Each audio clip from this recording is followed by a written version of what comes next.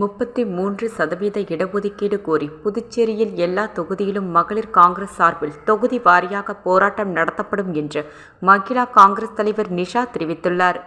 புதுச்சேரி காங்கிரஸ் கட்சி அலுவலகத்தில் இன்று செய்தியாளர்களை சந்தித்த மாநில காங்கிரஸ் தலைவி நிஷா, பெண்களுக்கு 33% இடஒதுக்கீடு அளிக்க நாடாளுமன்றத்தில் சட்டம் நிறைவேற்றப்படும், இதுவரையிலும் அதை அமல்படுத்தாமல் ஒன்றிய பாஜக அரசு வேண்டுமென்றே காலதாமதம் செய்து வருகிறது.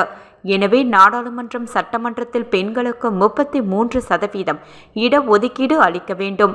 பெண் வாக்காளர்கள் அதிகம் உள்ளதால் சட்டமன்ற தேர்தலில் பெண்களுக்கு அதிக இடஒதுக்கீடு அளிக்க வேண்டும்.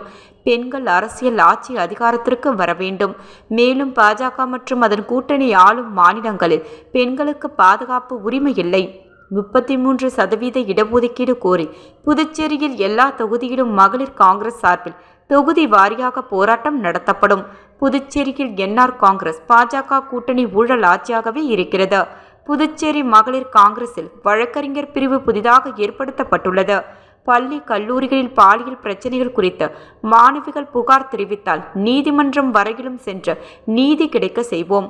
தமிழ்நாட்டை போல் புதுச்சேரியில் மகளிர்களுக்கு தனி பேருந்து இயக்கப்பட வேண்டும். பெண் குழந்தை பிறந்தால் ₹50,000 டெபாசிட் திட்டம் எத்தனை பேருக்கு வழங்கப்பட்டு இருக்கிறது என்ற தகவல் இல்லை. அதேபோல் குடும்ப தலைவிகளுக்கு மாதந்தோறும் ₹1000 வழங்கும் திட்டம் இதுவரை 20,000 பேருக்குத்தான் வழங்கப்பட்டுள்ளது. 90,000 பேருக்கு இன்னமும் வரவில்லை. ஆனால் தற்போது ₹2,500 உயர்த்தி வழங்கப்படும் என முதல்வர் அறிவித்துள்ளார்.